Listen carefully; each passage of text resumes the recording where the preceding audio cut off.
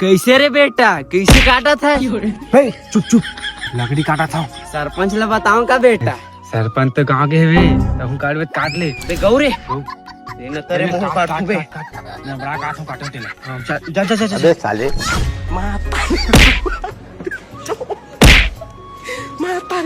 कैसे रे भतीजा, लकड़ी कटैया आप कोनो में दिखे बुमरी के?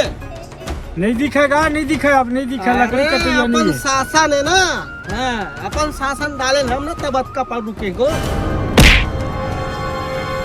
ये देख गा तोर शासन में कैसे लकड़ी कटावत तेला। सही कहा था भैया, साले सुब्बा कन के भिड़े है लकड़ी तो हरे बा।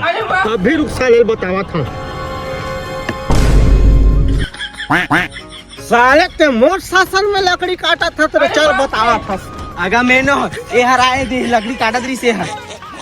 लेक साले सुबह कन के काटा तरी सब निकाले कर हेकड़ी ला झूठ बोलत मोला फसाबा। इतना बताई सारा ते झूठ मार थकबे, चल लेकर था साला। ए दे मोट सरपंची मोट शासन में यहाँ बुमरी काटा थे पाहेला।